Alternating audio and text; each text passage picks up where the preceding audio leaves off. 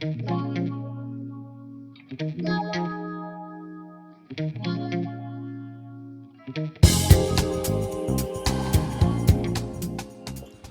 que ens prescriuen un tractament farmacològic, un medicament, és important conèixer què és, per a què me'l prenc, com i quan me l'he de prendre, fins quan i quines són les precaucions a tindre en compte. Està bé conèixer si és un biològic, un genèric o un medicament de síntesi química? Home, com a informació complementària, sí.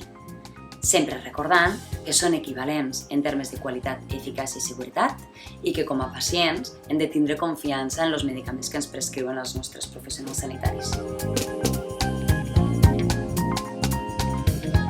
Efectivament, els medicaments biosimilars apareixen quan ha finalitzat l'exclusivitat comercial lligada a la patent.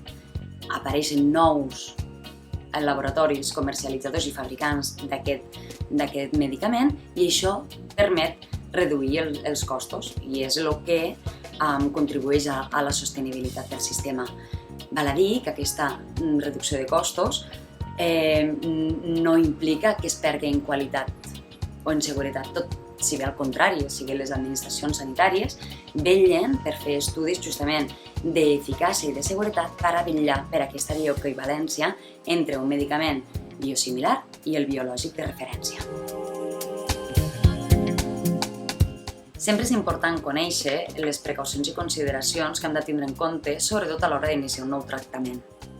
Cada persona és diferent i ha de saber si hi ha alguna interacció amb algun altre medicament que pren o aliments que menja habitualment.